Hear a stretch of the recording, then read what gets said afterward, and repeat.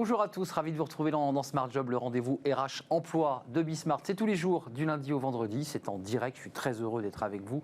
Débat, analyse, expertise et vos rubriques habituelles. Bien dans son job, aujourd'hui, un point sur les tendances RH. Bah oui, tout le monde se demande ce qui va se passer à la rentrée 2021 avec l'une des spécialistes françaises des salons, justement, consacrée au RH. Elle est notre invitée dans Bien dans son job. Smart et réglo, le travail dominical, vous vous en souvenez, ça avait été le fruit d'une polémique politique, ce fameux travail dominical, un sujet évidemment sensible, technique. On fera un point avec un avocat spécialiste en droit du travail sur ce travail dominical dans Smart et Réglo. La pause café de Fanny Griesmer, on va faire une petite pause alors intéressante parce qu'elle revient bien sûr Fanny sur le retour des salariés au bureau. Ils ont le sourire évidemment parce que c'est vrai qu'ils vont quitter leur appartement, mais certains font un peu grise mine parce qu'ils vont retrouver leurs collègues et c'est pas toujours très drôle parfois de retrouver ses collègues. On fera un petit point avec Fanny dans quelques instants. Le cercle RH qui est notre débat, plutôt une rencontre aujourd'hui, la rencontre d'un réalisateur de documentaire, Samuel Durand. Il a fait un tour du monde sur ceux qui sont les nomades du digital, vous savez, ceux qui ont un ordinateur, un sac à dos et qui travaillent partout dans le monde entier. Il a fait un documentaire à la rencontre de ces nomades du digital. Est-ce que c'est eux qui inventent le travail de demain? On lui posera la question, bien entendu. Et puis on terminera dans Fenêtre sur l'emploi avec une entreprise qui accompagne les TPE, les PME dans le secteur de la culture. C'est vrai que c'est la reprise, évidemment, pour le secteur de la culture, des spectacles vivants aussi. Et ils ont évidemment besoin d'un accompagnement. On en parlera avec cette entreprise. Tout de suite, c'est bien dans son job et on parle des tendances RH.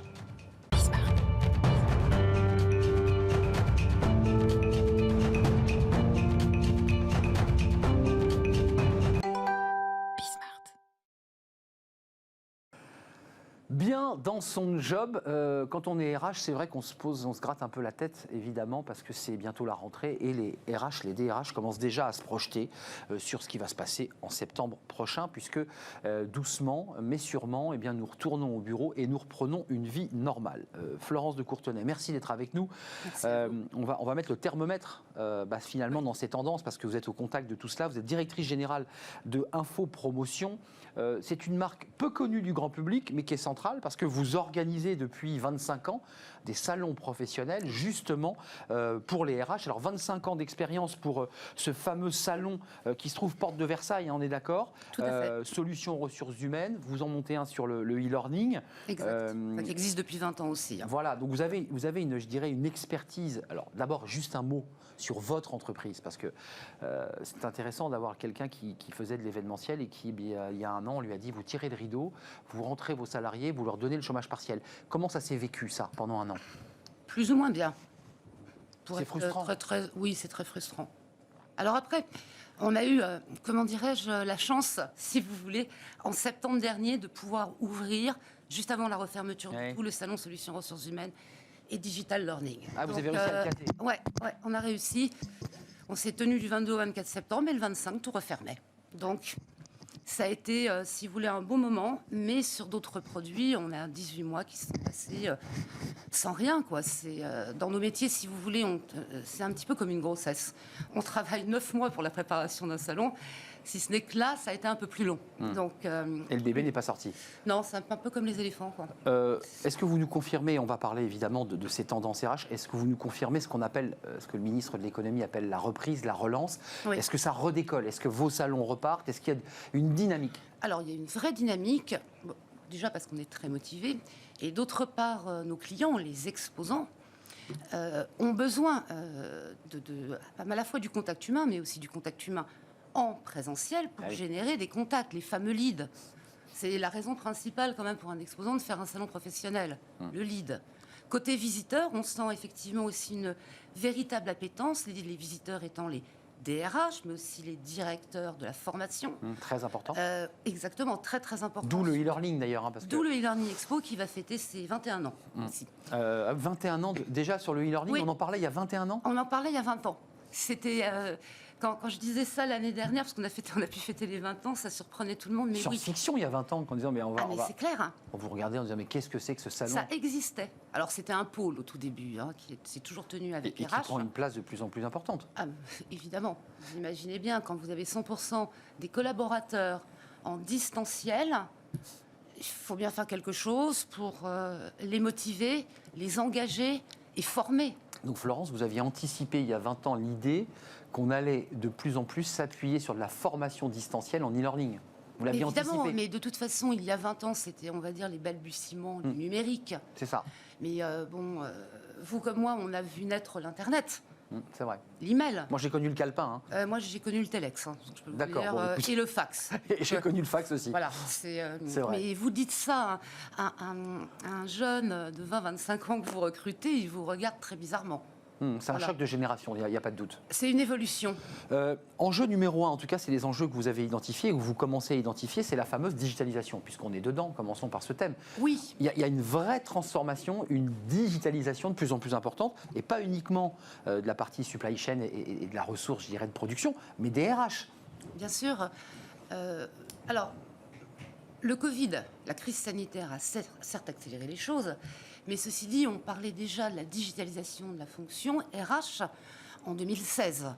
Donc il y a eu quand même un effet accélérateur, en sachant que cet effet accélérateur de digitalisation a commencé à se mettre en place en réalité en décembre 2019 avec les grands conflits sociaux. Exact. Alors, peut-être pas dans toutes les entreprises. Les grèves successives, Voilà. bien sûr. Donc, On doit continuer à bosser, mais vous ne pouvez pas venir au travail, c'est exactement, compliqué. c'était pas possible. Exact. Donc ça a commencé le 5 décembre 2019, ça a continué jusqu'à fin janvier, ces grèves.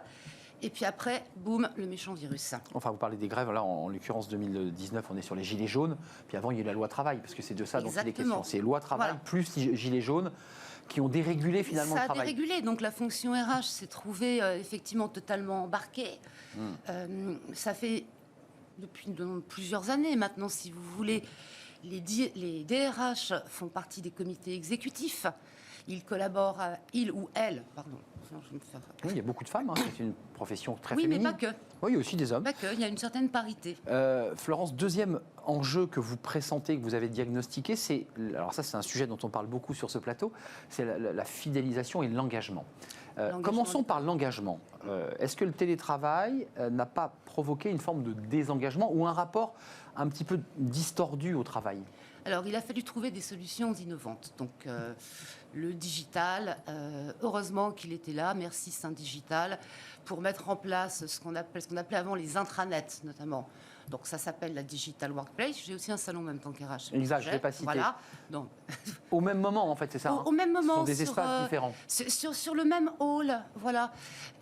Donc, ces Digital Workplace ont permis aux collaborateurs de continuer à échanger, aux managers de se former pour pouvoir former les collaborateurs. Bien sûr. Et voilà, de trouver des ressources numériques, de pouvoir évoluer. Voilà. L'engagement, je vous repose ma question parce que ça, les Oui. DRH doivent vous en parler. Ce sont vos clients, ils installent leur stand et ils vous disent voilà nos problèmes aujourd'hui. Donc vous avez vraiment une vue très, très fine. Les salariés sont engagés, désengagés, démotivés. Est-ce que ça a provoqué un frein ? C'est un des enjeux stratégiques depuis plusieurs années, si vous voulez. Alors, dans DRH, il y a la lettre H. H, c'est l'humain. On ne choisit pas ce métier, à mon sens, si on n'aime pas les humains. Ça Voilà. me semble clair. Le digital a permis au DRH, si vous voulez, d'automatiser certaines tâches un peu rébarbatives, de simplifier les aspects légaux, notamment en termes de paye, pour se consacrer sur sa véritable vocation, Le cœur qui du est métier. Bah ouais. l'humain. Ouais. Donc, si on aime les humains, si on s'occupe de l'humain, quelque part, on favorise l'engagement collaborateur. On n'est plus dans un monde où on entrait dans une boîte à 25 ans et on en sortait à 60 ans. C'est vrai. Ça n'existe plus. Ces fameux RH, DRH, vous l'expliquiez tout à l'heure, il peut y avoir un poste en un, c'est-à-dire il s'occupe de la formation et des RH. Oui. Puis il peut y avoir aussi dans des grandes entreprises celui qui pilote Exactement. la formation. Là aussi, la formation, c'est central. Là, il y a un investissement colossal du gouvernement sur la formation. Bon, bah, évidemment, ça ruisselle, j'imagine. Alors oui, et on a un indicateur très très fiable. En fait, depuis plusieurs années, on organise avec un de nos partenaires, Fefor, et un groupe une newsletter, e-learning letter, les trophées du digital learning. Donc on récompense, si vous voulez, les stratégies innovantes des digital learning managers, donc les responsables de formation. En pleine période Covid, on se disait on aurait peut-être du mal à avoir des dossiers. On en a eu autant que l'an dernier. Donc, et nous allons avoir une matinée le 9 septembre nous permettant, si vous voulez, de discuter, d'avoir tous les retours d'expérience de ces Digital Learning Managers. Et qu'est-ce qu'ils vous disent, ces Digital Learning Managers? C'est Innovation, créativité. créativité. C'est-à-dire que c'est la clé aujourd'hui de cette rentrée 2021 pour réengager, pour donner quoi? Des outils? Donner des missions, développer des projets en interne. On parle beaucoup de la responsabilité sociétale des entreprises. C'est une réalité. Voilà. Vous êtes optimiste, Oui. Florence? Parce que c'est de nature. Hein. ouais, il faut quand même être optimiste quand on a vécu une année pareille. Oui. Il faut se dire, bon, ça. je courbe. Mais j'ai une belle équipe aussi. Voilà, 25 collaborateurs. Ouais. Juste un mot avant de nous quitter, parce que c'est passionnant d'avoir quelqu'un qui est justement en prise directe avec tous ces DRH. Vous en avez plus que quiconque, vous les rencontrez, vous les connaissez. Il y a de l'optimisme chez eux? Oui, je le ressens. Envie d'avancer en tout cas. Envie d'avancer et d'avancer ensemble. Il reste de la place d'ailleurs, est-ce qu'il y a encore Bien des sûr. stands? Il reste de la place. Oui, il en reste, venez. C'est pas compliqué. Info, promotion avec un S, c'est assez facile. Vous allez sur Internet, je suis sûr que vous allez trouver l'adresse pour poser votre stand et présenter peut-être vos innovations en matière RH. Florence de Courtenay, c'était un plaisir de vous accueillir sur le plateau. Plaisir partagé. Je passerai peut-être dans les allées, N'hésitez pas, vous rendre bienvenue. visite. C'est l'occasion aussi, parce qu'il y a plein d'idées de sujets aussi à saisir au sein de ce salon. Ça sera en septembre. Hein. 7 au 9 septembre, Paris Expo, Porte de Versailles. Paris Expo, Porte de Versailles. C'est une adresse connue, évidemment, de tous ceux qui ont fait des salons un jour dans leur vie. Ça se passe plutôt là-bas. Merci d'être venu. Smart et Réglo, c'est tout de suite. Ça, c'est un sujet qui intéresse les DRH au premier chef. C'est le travail dominical. Oh, que le sujet fut tendu. Vous vous souvenez, dans les grandes surfaces, est-ce qu'on travaille le dimanche? Est-ce que comment on fait? Comment on est rémunéré? Ça avait été un sujet, un débat politique. C'est un sujet de droit d'abord et avant tout. Et on en parle avec un spécialiste. C'est tout de suite.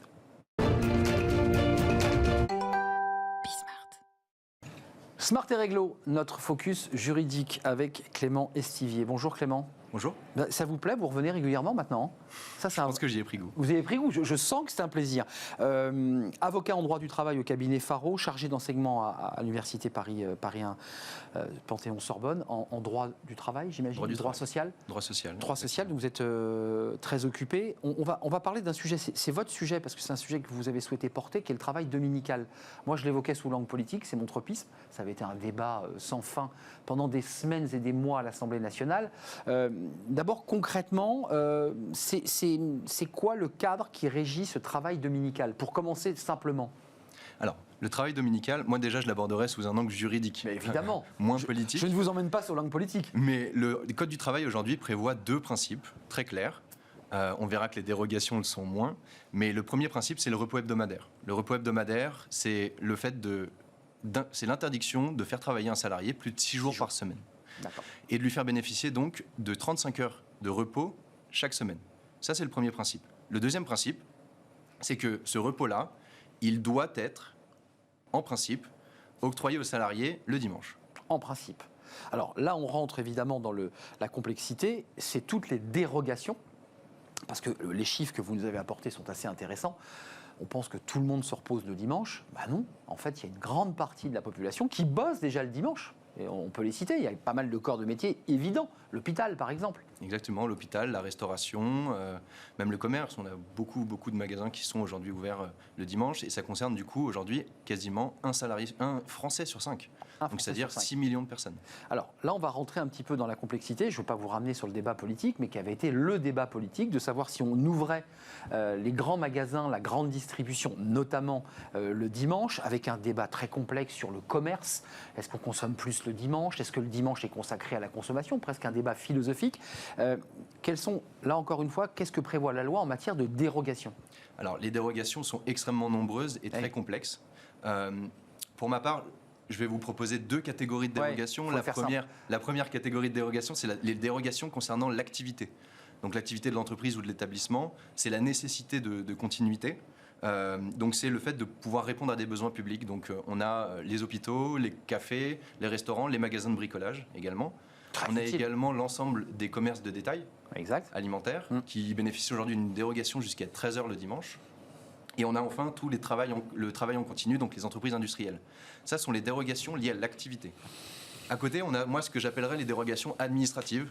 La première dérogation administrative, c'est la dérogation concernant l'emplacement géographique. C'est-à-dire que si un commerce se situe aujourd'hui dans une zone de tourisme international ou dans une grande gare, effectivement, on a la possibilité... ZTI. Exactement, ZTI, donc qui sont déterminés par par les préfets. Donc il y a une carte, très simple, il y a des zones. Voilà. Exactement, ça c'est la première. Une autre dérogation administrative, c'est la fermeture.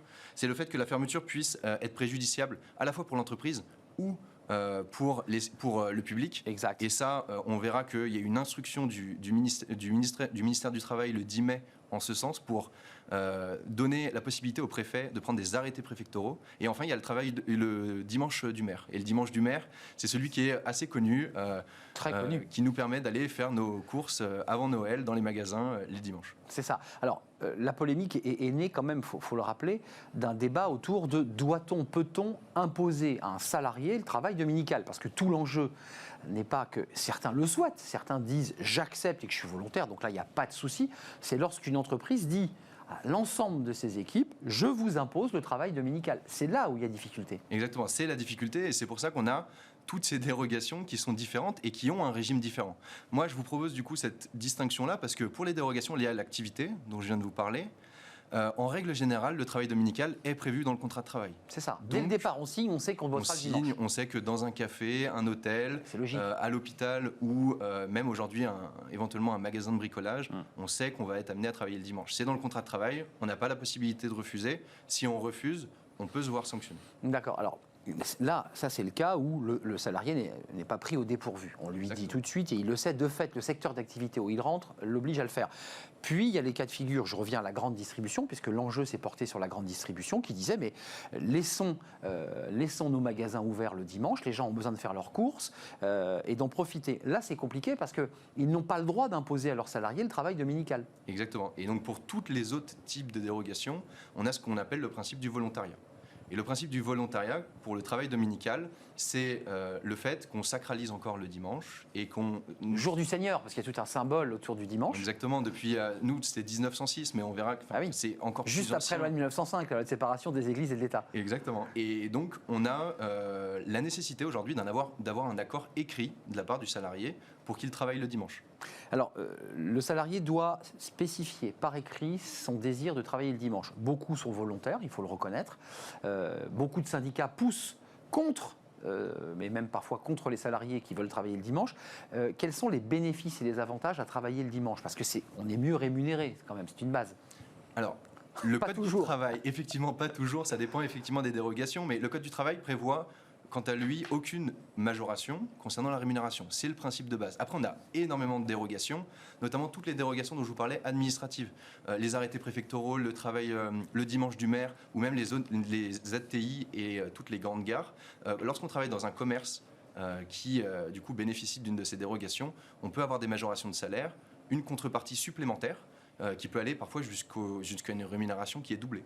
C'est de la rémunération, c'est du salaire, c'est des primes, chacun fait un peu ce qu'il veut. Là aussi, le Code du travail prévoit rien là-dessus. Chacun fait comme il veut. Ça peut être également du repos compensateur. On peut. Tu récupères. Exactement. Tu bosses dimanche, tu bosses pas lundi. Lundi et mardi. Donc par exemple, ça peut être un repos supplémentaire, un repos compensateur supplémentaire par rapport à la journée travaillée le dimanche. Clément, je me tourne vers le prof de droit, celui qui observe le droit. C'est un maquis incompréhensible. D'ailleurs, on avait vu ce débat à l'Assemblée nationale qui était extrêmement incompréhensible, objectivement. On n'y comprenait rien. Aujourd'hui, c'est extrêmement difficile pour les DRH de savoir dans quelle position ils se trouvent, effectivement, s'ils se trouvent dans une ZTI, s'ils peuvent bénéficier de telle ou telle dérogation. Pour les professionnels du droit, je ne vous le cache pas, c'est exactement la même chose. Aujourd'hui, je pense qu'on gagnerait à simplifier ce système. Vous iriez dans quel sens ? C'est-à-dire liberté, je dirais une vision libérale, parce que le droit a aussi un regard, non pas politique, mais un regard de pragmatique. On libère le travail et ensuite on y met des dérogations, ou on dit non d'une manière claire et nette le dimanche, on le sanctuarise et on y met des dérogations, ce qui n'est pas tout à fait la même chose. La situation actuelle démontre que c'est extrêmement difficile de prendre position. Et on bascule très rapidement en plus dans l'opinion politique plus que juridique. Exact. Parce qu'on a effectivement un certain nombre, je pense, les 20% de Français aujourd'hui qui travaillent le dimanche, la majorité travaille dans des services qui sont obligatoirement ouverts le dimanche.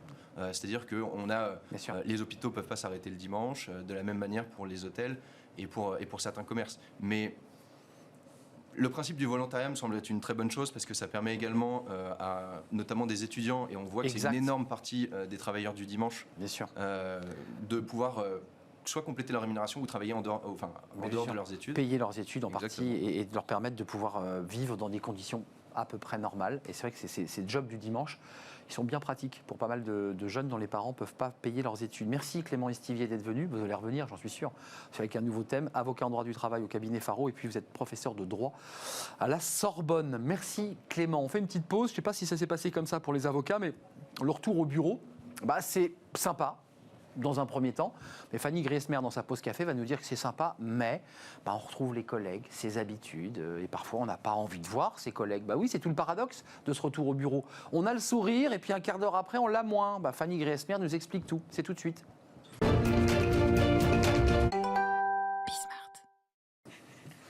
Fanny Griesmer, vous avez le sourire, ça fait plaisir. Oui. C'est parce que vous êtes revenue au bureau, peut-être, Fanny ? Non, je ne l'ai pas quitté. Vous ne l'avez pas quitté. En tout cas, vous avez choisi aujourd'hui de nous parler de cette question du retour au bureau, oui, dont on a parlé depuis quelques jours, les journaux, toutes les unes, les reportages, ça y est. Certains n'ont pas vu leur bureau depuis des mois, voire... le petit trait de poussière. En année, en fait. Oui, le petit...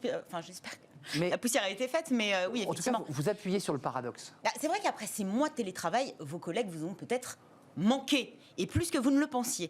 La distance, le temps aidant, vous avez totalement oublié ce que vous détestiez tant chez eux, en fait.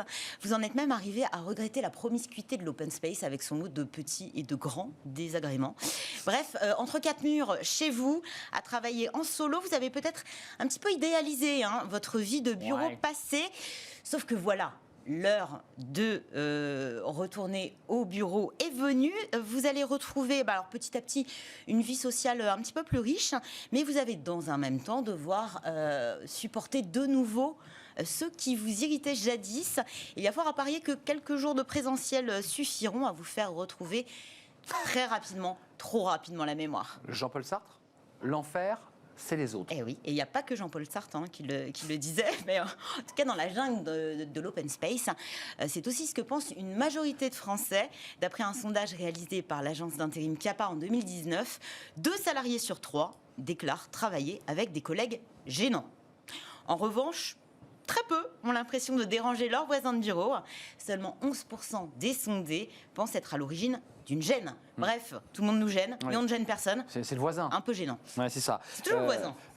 Alors, on ne va pas les énumérer, la liste est très longue, on a inventé, mais il y a quand même des motifs de gêne. On pourrait en inventer, mais déjà, je suis tombée quand même sur certains qui sont assez sympas. Il y en a quelques-uns qu'on connaît, qu'on pratique, aussi, que tout le monde pratique. Alors, en première position. En pôle position. Attention, ce sont les conversations téléphoniques privées. Et oui, c'est vrai qu'en télétravail, vous pouviez décrocher, passer vos petits coups de fil perso, vous n'avez pas besoin de vous isoler. Vie pro, vie perso, sous le même toit, en solo, à l'abri des oreilles indiscrètes ou agacées de vos collègues.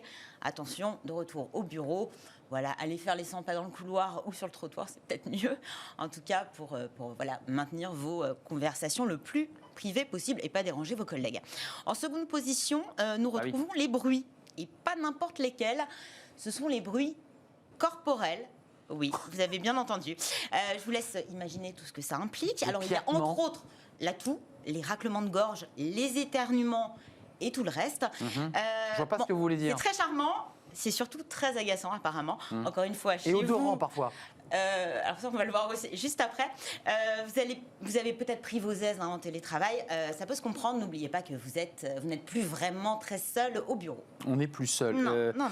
Il y a des petits bruits qui peuvent difficilement, parfois en tout cas, se contrôler, si je peux me permettre. C'est ce qu'on vient de voir. J'ai pas voulu anticiper sur votre chronique, mais une canne de tout, c'est compliqué. Voilà. Mais il y en a d'autres qu'on peut passer sous silence. Ouais, on en passe sous silence. Par exemple, ce sont les monologues qui arrivent ex aequo avec les plaintes, râles et grognements. Les monologues. Les monologues. Je ne sais pas si vous vous souvenez de ce collègue qui vous parle, ça vous intéresse pas, mais il continue, il n'arrive pas à s'arrêter, il en arrive à se parler à lui-même, c'est ce qu'on appelle les monologues. D'accord.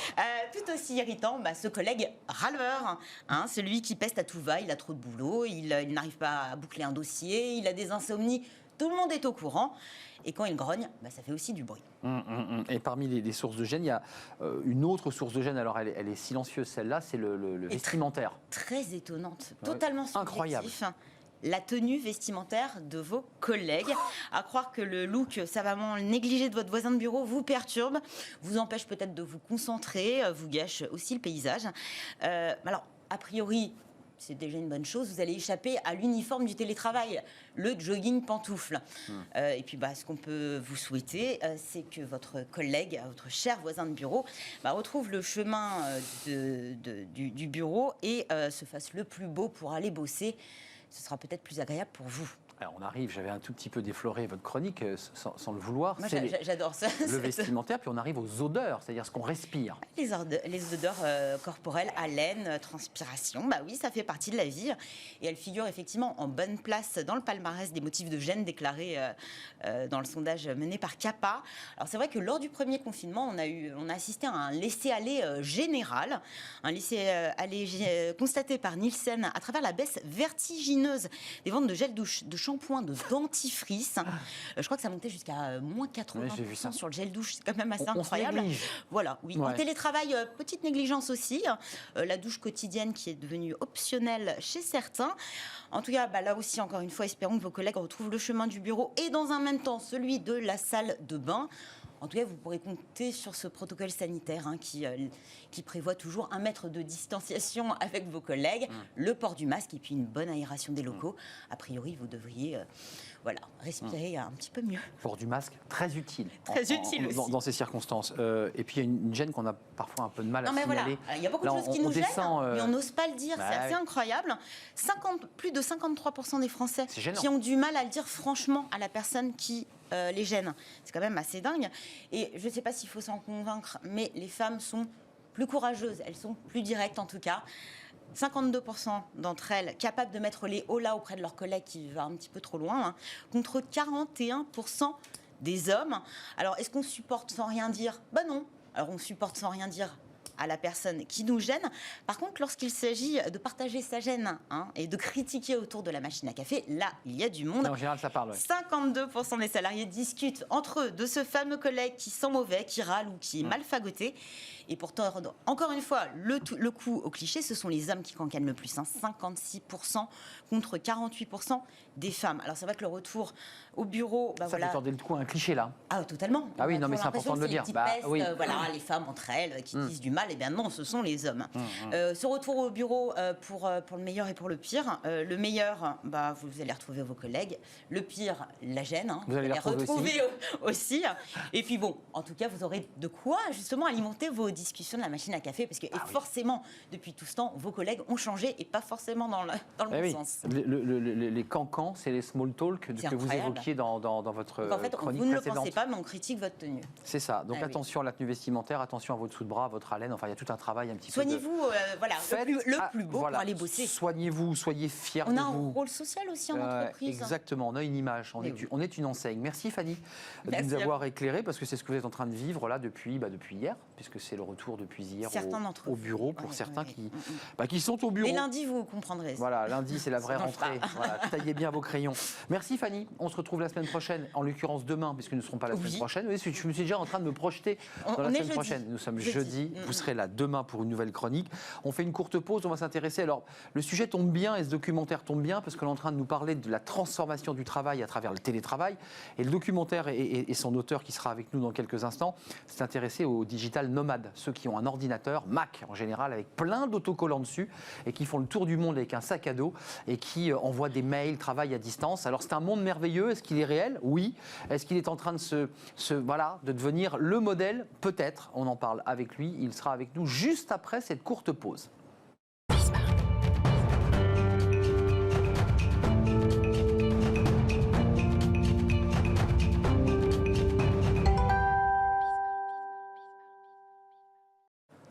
Le cercle RH, notre débat, qui ne sera pas un débat aujourd'hui, qui va être un témoignage, un regard. On va ouvrir une fenêtre sur un monde dont vous avez entendu parler, qui sont les digital nomades. Je le disais de manière un peu caricaturale, mais c'est ces ordinateurs Mac avec plein d'autocollants, c'est un peu le tour du monde, des sacs à dos, une espèce de vie comme ça, de nomadisme, on peut travailler à l'autre bout du monde. On l'a vu pendant le télétravail, et ça tombe bien ce sujet aujourd'hui, parce qu'on découvre que les DRH découvrent eux-mêmes que leurs salariés leur annoncent par lettre qu'ils ont déménagé très loin. et qui vont devoir faire avec. Et donc évidemment, c'est déjà un début de nomadisme de ces salariés qui étaient au bureau et qui se retrouvent à vouloir partir très loin. On en parle aujourd'hui parce qu'un documentaire, il était venu nous le présenter en exclusivité, réalisé par Samuel Durand, son réalisateur, qui s'est bien éclaté, puisqu'on en avait parlé, avec beaucoup de moyens techniques, des pays, des rencontres, des histoires dans chacun de ces pays, pour parler, donner la parole à tous ceux qui travaillent d'une manière un peu différente. C'était ça l'esprit du départ? Oui, le sujet, c'est simplement de montrer qu'il y a plein de façons de s'éclater dans son job, dans le salariat, en dehors du salariat, en tant que freelance, en tant que membre d'un collectif, d'une communauté, et de montrer que finalement, il y a assez peu de raisons de rester dans un job dans lequel on n'est pas épanoui. On va voir un extrait. Louise Racine, merci d'avoir répondu à notre invitation. Vous allez vous parler, tout ça va faire écho évidemment, cofondatrice du collectif Loukoum. Loukoum, non mais je l'ai fait exprès parce que je me suis dit, Loukoum, pourquoi Loukoum d'ailleurs? Tiens, je me suis interrogé quand j'ai préparé l'émission. Parce que c'est un nom qu'on retient, c'est la première raison. C'est ça. Et je pense que c'est et on le retient. Une des principales. et ça me semble assez sympathique et chaleureux. Ouais, c'est très agréable à dire. Et non pas Loukoum, mais Loukoum, tout simplement. C'est un collectif de freelance spécialistes des problématiques sociales, médias et digitales. Exactement. Parce que le freelance est parfois un peu isolé dans son univers. Il est heureux, mais un peu seul. Et quelque part, vous créez du lien social. C'est ça votre mission ? C'est exactement ça. On est un collectif de 13 freelances aux spécialités complémentaires. On a un réseau élargi d'une centaine de personnes. Et le but de ce collectif, c'est de travailler ensemble en créant des synergies. En se donnant des clients, en échangeant, en disant « Attends, moi, j'ai pas cette compétence. Tiens, toi, tu l'as peut-être, Louise. » Oui, alors en travaillant ensemble, mais aussi en pouvant être généreux et échanger des éventuelles missions qu'on ne pourrait pas prendre tout seul. Non, donc, partage du business aussi, pour le dire un peu cash. Oui, et la possibilité de ne jamais dire non, finalement. C'est ça, la capacité de dire « Ok, je suis pris, mais j'ai quelqu'un avec moi qui donne l'impression que vous avez une multinationale au final, alors que vous êtes seul. » C'est un peu ça l'idée. C'est ça l'idée. Voilà, j'ai un problème technique sur ce truc, j'ai quelqu'un. T'inquiète pas, j'ai quelqu'un. Un extrait pour qu'on voit aussi la qualité, parce que j'avais été très sensible à la qualité, moi qui suis un homme de l'image, la qualité de votre documentaire, parce qu'il y avait des drones, il y avait des moments comme ça qui étaient, voilà, vous avez réalisé, c'est pas uniquement des témoignages, c'est aussi de la réalisation. Alors, je l'ai écrit et produit, mais c'est Com qui a fait tout le travail de réalisation, ils sont très bons. Citez-moi, c'est Com ? Comme vidéo, le réalisateur c'est Florent Vinouz, qui a co-réalisé avec Guillaume Mougin, et les deux qui ont été exceptionnels sur tous les tournages, et c'est à eux qu'on doit ces belles images, tous les plans de drone. Enfin, j'imagine que Samuel devait être là quand même au moment du tournage, en regardant évidemment sous le combo, pour voir un peu comment ça se passait. Complètement, ouais. Voilà, j'imagine que vous donniez aussi une validation en disant « je valide ». Ouais, mais c'était un vrai travail d'équipe. Moi, sans eux, j'aurais jamais fait ça. C'était une aventure humaine aussi, je pense. Oui, avant tout. Moi, j'ai toujours travaillé tout seul, et j'ai découvert, en travaillant avec Com, le travail d'équipe. J'en étais un petit peu dégoûté à la sortie de mon école de commerce, où on passe des heures à discuter de la couleur d'un PowerPoint, de la police qu'on va utiliser pour une présentation qui va vraiment pas être tellement regardée. Et là, j'ai découvert une vraie équipe. Je me sentais meilleur en étant avec eux, et je sentais qu'on allait beaucoup plus loin dans ce qu'on faisait. Juste avant de voir l'extrait de cet extrait, cette bande-annonce, parce que on ne verra pas d'extrait, mais comment vous vous situez? J'en reçois beaucoup des invités de votre profil, ce sont des jeunes plutôt brillants, qui ont fait une école de commerce, qui même parfois ont fait un petit pas dans la finance, 1 ou 2 ans, et puis qui ont regardé, qui ont trempé le pied, et puis qui sont repartis, qui se sont dit c'est pas du tout pour moi, et pourtant vous vous engagiez par votre cursus scolaire à devenir un homme en costume, avec une cravate, à négocier, à faire des fusions-acquisitions. Qu'est-ce qui s'est passé dans votre tête? Qu'est-ce que vous n'avez pas voulu? J'ai vraiment même pas trempé le pied, ou alors le bout de l'orteil. Vous êtes resté sur la plage. Ouais, c'est ça. C'est que j'ai regardé très vite, un petit peu de loin, ce qu'on me proposait. En fait, ce qui s'est passé, c'est que j'ai monté une première boîte quand j'avais 19 ans, et j'ai travaillé en freelance quand j'avais une vingtaine d'années en parallèle de mes études. Et donc, quand arrive l'année de césure et qu'on me propose de faire des stages, j'ai déjà goûté à la liberté, de l'indépendance, j'ai déjà la possibilité de me lever à l'heure à laquelle je veux, j'ai déjà des clients, j'ai déjà une activité. Donc, j'ai assez peu de raisons, dans le fond, d'aller rejoindre une entreprise dans laquelle. Petit patron déjà à 19 ans, c'est-à-dire que vous gériez votre business. Petit patron, vraiment petit. Oui, mais vous aviez un client, il fallait l'honorer. J'avais des clients, j'avais des missions. C'est impressionnant ça. Ouais, c'est ça, il y a cette espèce de côté chez vous de je suis pas dans le moule. Je me suis jamais sans senti faire de vraiment psychanalyse. C'est vrai. Non mais juste, Louise, c'est un peu ça le profil de tout votre réseau aussi. Ceux que j'ai rencontrés, les freelances, ce sont des gens créatifs, très adaptables, mais qui ne sont pas dans le moule, qui, j'allais dire presque d'un point de vue politique, sont un peu décalés. Alors moi, je l'ai été dans le moulin plus de 10 ans. Ah, vous avez nagé, vous. Je suis un petit peu moins jeune. Et donc, j'ai quand même été dans le salariat pendant, plus de 10 ans. J'ai testé plein de structures et d'entreprises. C'était quel secteur dans lequel Publicité, RP, etc. Grandes agences, grands comptes. Je vous repose la même question, puisque pour vous, vous êtes encore plus impacté. Qu'est-ce que vous avez voulu jeter à la poubelle? Parce que finalement, en prenant cette vie, en organisant ce réseau et Loukoum, voilà, vous faites un pas de côté. Qu'est-ce qui ne vous convenait pas dans ces grandes agences, dans ces espèces de grosses machineries? Tout. Tout. Après, on apprend énormément et grâce à ce passage en grande entreprise, j'ai pu gagner en confiance et faire ce que je fais aujourd'hui. Donc, faut pas cracher sur ces expériences-là. Mais en revanche, j'ai été vraiment, portée par ce passage en freelance qui m'a donné une nouvelle liberté dans ma vie professionnelle et personnelle. J'ai pu décloisonner mon activité professionnelle et toucher à tellement d'univers différents que je ne peux pas regretter ce choix-là. Louise, on va voir l'extrait, mais est-ce qu'on se sent mieux? D'un point de vue presque physiologique, est-ce parce qu'on a beaucoup de coachs, d'experts, de psychologues qui nous parlent aussi de rapport à la pression, à la tension au travail, aux organisations qui écrasent parfois. Est-ce que vous êtes senti mieux, vous, en tant qu'être humain, dans ce choix de vie? Incomparable. Incomparable. Incomparable. Ouais, épanoui. Ma vie est super depuis que j'ai quitté le salariat, mais avec plein de contraintes. C'est pas idéalisé. Je suis d'accord. J'ai du stress. Je n'ai pas de chômage, je n'ai pas d'assurance. Tout ça, vous le financez? Oui, voilà. Mais j'ai gagné ma liberté et ça n'a pas de prix. Ça n'a pas de prix. C'est ça la philosophie. C'est exactement ça. On est d'accord. On est prêt à assumer d'autres contraintes parce qu'on a cette liberté qui vaut tout ce qu'on peut avoir de reste dans le monde. La liberté, ça n'a pas de prix, je suis d'accord. Un extrait, en l'occurrence, c'est la bande-annonce de votre film, Working Progress, avec toute une équipe de réalisation, parce qu'évidemment, Samuel tenait à remercier toute son équipe de prod, parce que c'est vrai que sans eux, on ne fait pas d'image et on ne fait pas de réalisation. La bande-annonce, et on se retrouve juste après. There is one question we've all had 1,000 times since we were kids. What do you want to be when you grow up? What does changing the world mean to you? How would you change the world if nobody was watching? Why should work be a burden that we should get rid of as soon as possible?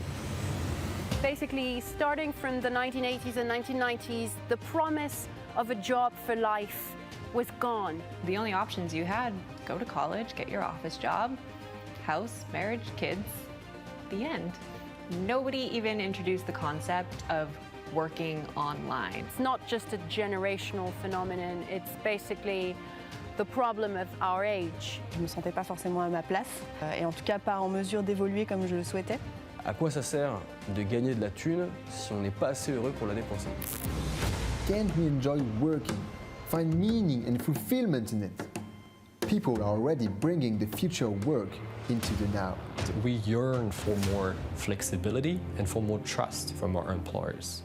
We are at a period of time where never before have we ever seen in human history that us as individuals have so much innovation power. The best way to predict the future is to invent it. You could be your own company. You could do more things that required a team of 10. It's in our DNA to move forward. And it's not just a question for the privileged few. The place of production, the place that you're going to have some output. What if that was also the place that you went for care, for trust, for meaning?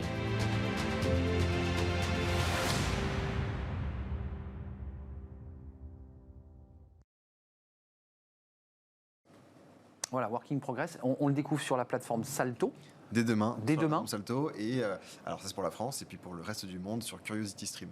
Curiosity Stream, Salto, c'est cette plateforme, c'est sûr, on peut aller sur Internet évidemment, qui est le regroupement des grandes chaînes de télévision et qui se sont associées pour créer cette plateforme.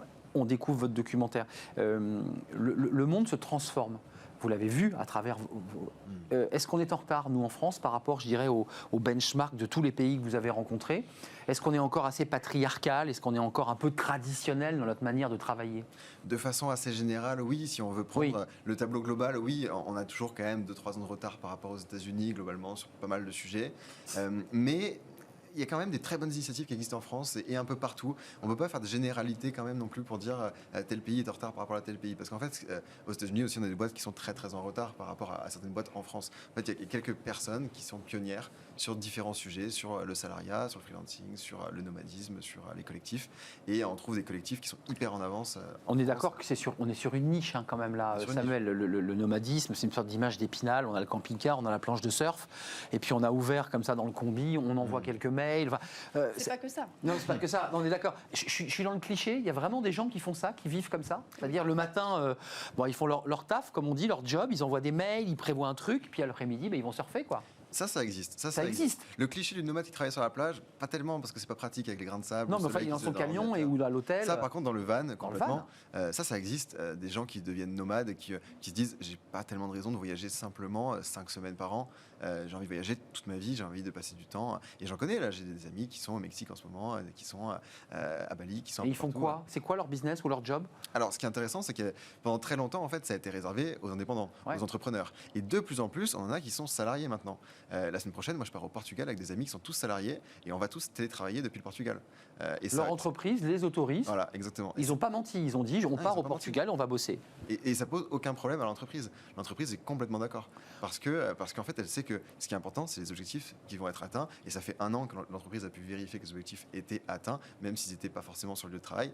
Donc, qu'ils soient au Portugal ou ailleurs, whatever. J'ai une double question, Louise, parce que vous êtes à la fois challengée parce qu'on vit ici sur ce plateau, dans Smart Job, on a des entreprises qui sont très en avance, qui ont compris cette transformation et qui en fait traitent leurs salariés comme des freelance.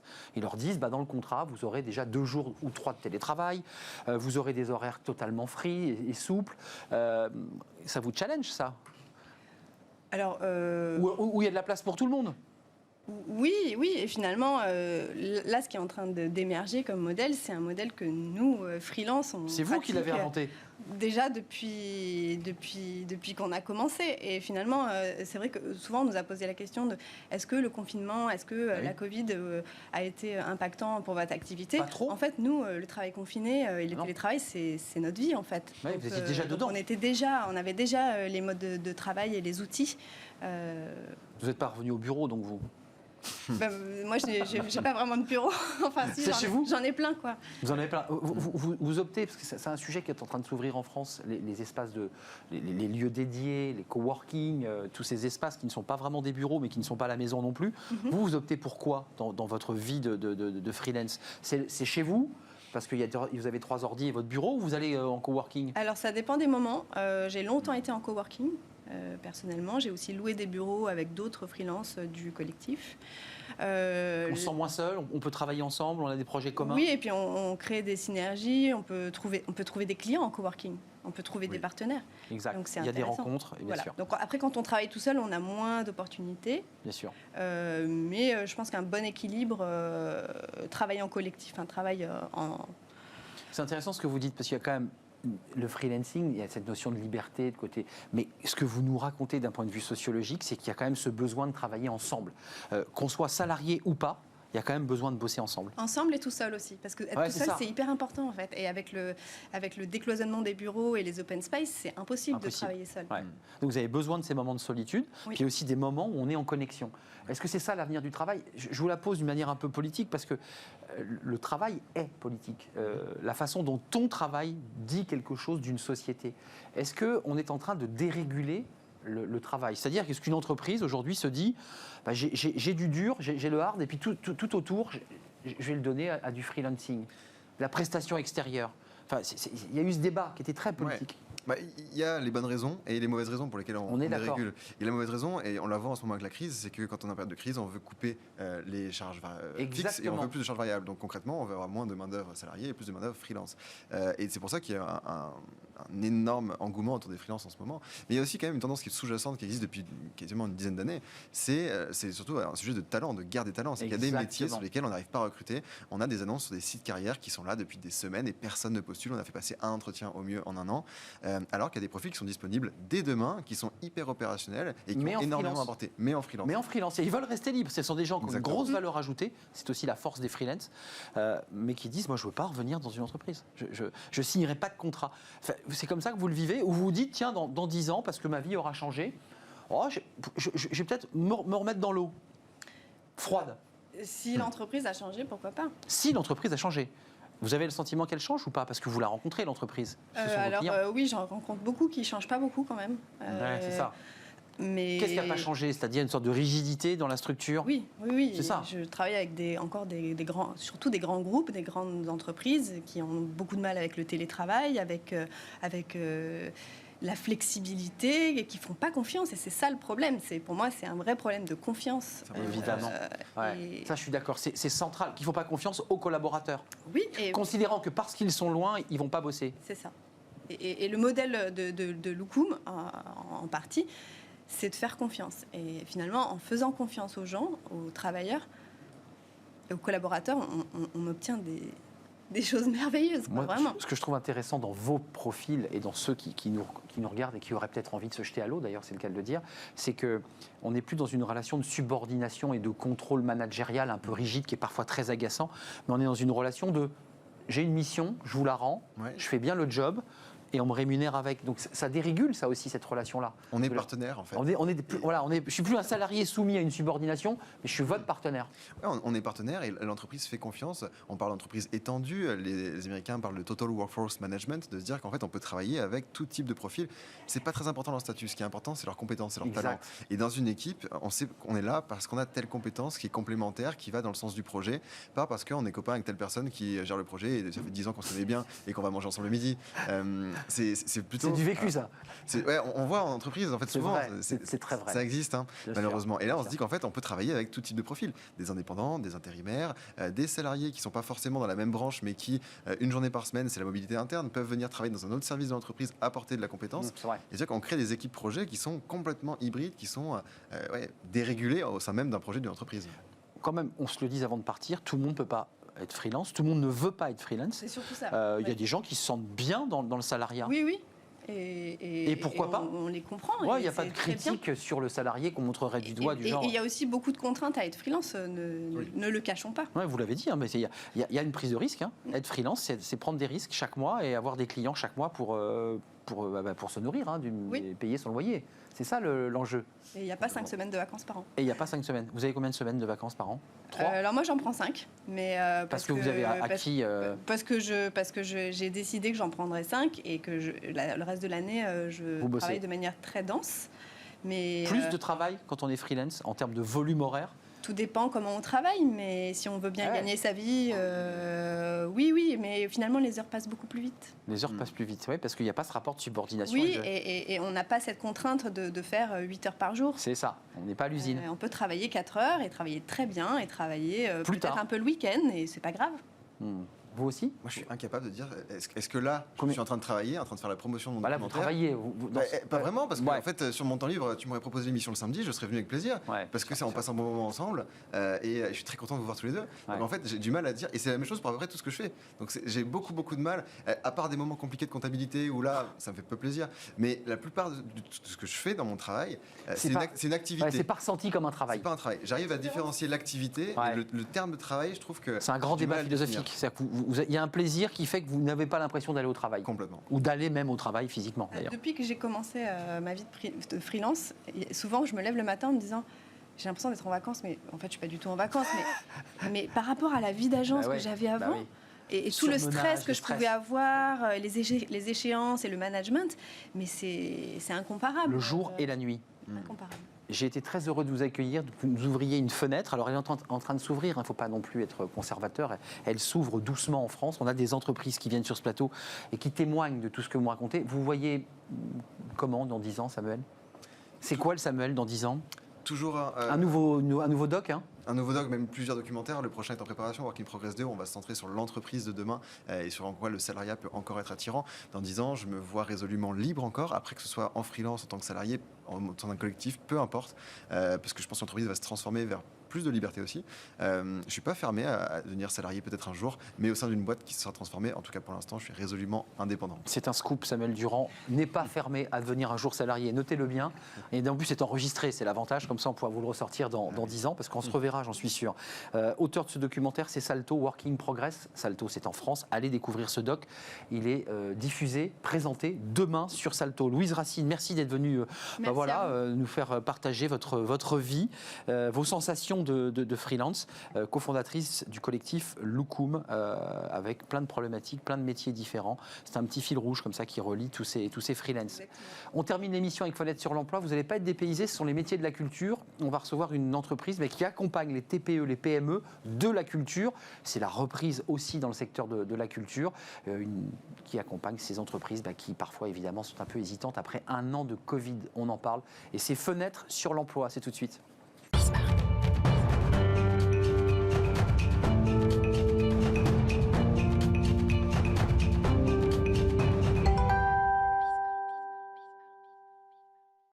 On ne va pas être dépaysé totalement aujourd'hui dans Fenêtre sur l'emploi après Samuel Durand et son documentaire Le Freelance. On va parler de la culture avec Chloé Liénard. Bonjour Chloé.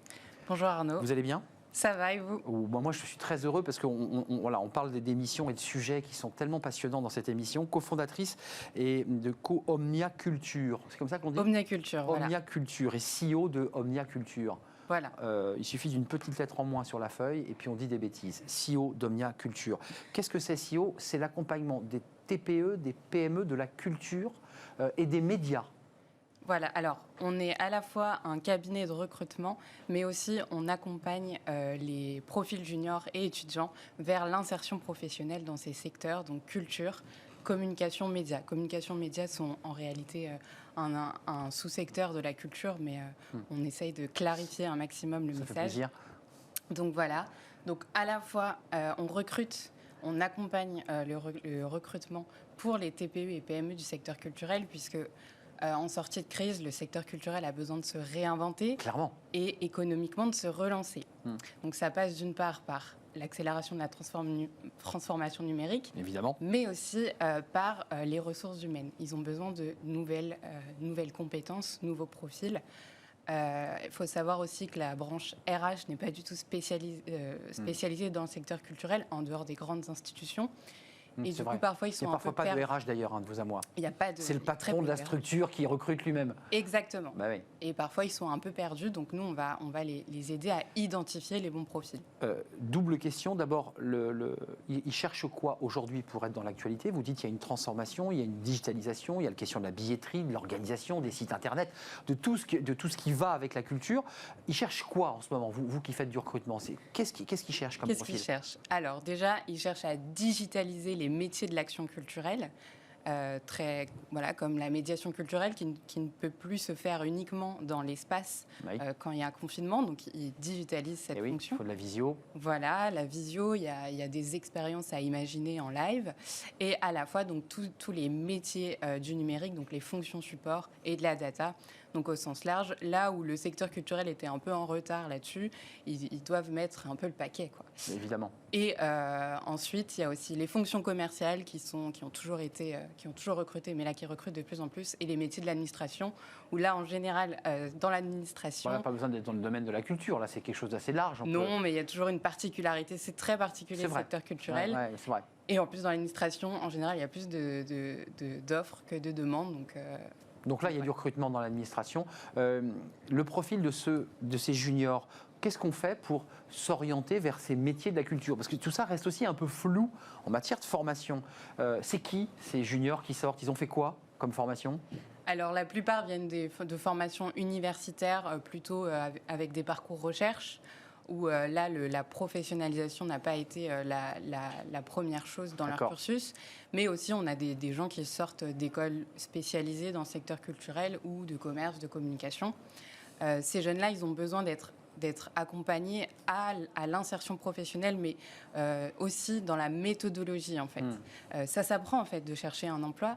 Et nous, on a monté, en fait, un programme d'accompagnement à l'insertion professionnelle qui s'effectue 100% en ligne pour aller avec dans ces secteurs, on est d'accord, hein. Voilà. C'est très spécifique à ces secteurs, parce qu'il y a plein de jeunes qui disent moi, ce que je veux faire, c'est être dans le culturel. On l'entend souvent. Et quelque part, vous les aidez, vous canalisez leur énergie. Exactement. C'est un métier qui attire énormément et on les aide à comprendre le marché du travail dans la culture. Ce dont les recruteurs ont besoin. Nous, en plus, la vision principale d'Omnia Culture, c'est vraiment de créer des synergies entre candidats et recruteurs pour que chacun puisse comprendre les besoins de l'autre. C'est vraiment la vision principale et c'est jeune. Juste Chloé, vous êtes leader sur ce marché parce que c'est vrai que c'est un marché niche dont on ne parle pas beaucoup, le domaine de la culture. Souvent, ça se fait de bouche à oreille, ça se fait dans le réseau, ça se fait par les amis. La culture, c'est ça, c'est une grande famille. Là, vous êtes en train de professionnaliser le recrutement dans la culture.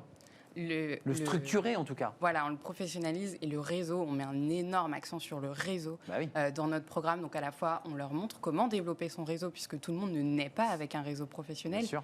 Et surtout, on les aide à développer leur réseau. On fait un maximum de mise en relation. On imagine énormément de choses pour faire de la mise en relation entre candidats et recruteurs puisque c'est hyper important. Le réseau, de se parler, de se voir.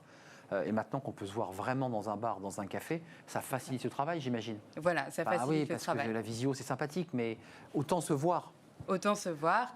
Et quand on ne peut pas se voir, il y a des moyens sur Internet de se faire voir auprès des recruteurs et d'entrer directement en contact avec eux. Chloé Liénard, quelques mots avant de nous quitter. C'est une question un peu rituelle dans cette rubrique. On fait du recrutement. Vous dites il y a du recrutement, il y a de la transformation digitale. Est-ce qu'il y a une reprise? Est-ce que vous sentez que ce secteur-là est en train d'accélérer et de recruter donc? Alors, ou il y a une forme d'attentisme? Il y a les deux. Il y a des entreprises qui sont pressées de se réinventer, qui ont envie de vivre malgré la crise, et d'autres qui vont attendre. Là, on a revu une relance au niveau des offres d'emploi, même des clients qui nous contactaient depuis le mois de juin. Mais on pense qu'en septembre, ils attendent septembre pour se dire ok, c'est bon. On est vraiment sorti de ce Covid parce qu'il y a quand même une incertitude, encore une fois. En tout cas, on peut faire avec parce que les confinements seront moins longs. Vaccination. Voilà. Et on peut relancer un programme parce que la culture, c'est aussi des programmes qui se lancent sur du long terme. Exactement. Des programmations complexes et donc des investissements de fait.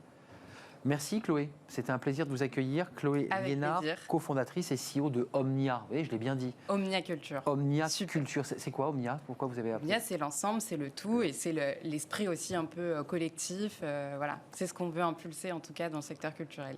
Merci Chloé d'être venue sur notre plateau dans notre rubrique Fenêtre sur l'emploi. Il y a du recrutement. Allez sur le site de Omnia Culture. Peut-être trouverez-vous chaussures à votre pied. Merci, merci à vous évidemment d'avoir partagé cette émission avec toute l'équipe bien sûr que je remercie. Merci à tous ceux qui réagissent sur les réseaux sociaux. Mais n'hésitez pas, faites-nous partager vos réactions évidemment à l'issue de cette émission. Merci à Fanny Griesmer, bien entendu, Pauline Gratel. Merci à Romain à la réalisation. Merci à Alexandre au son. Et merci à Margot pour l'accueil invité. C'est un vrai plaisir. Je serai là demain, bah oui, je serai là demain pour une nouvelle émission en direct. D'ici là, portez-vous bien, puis restez fidèles à tous nos programmes. Bye bye, à demain.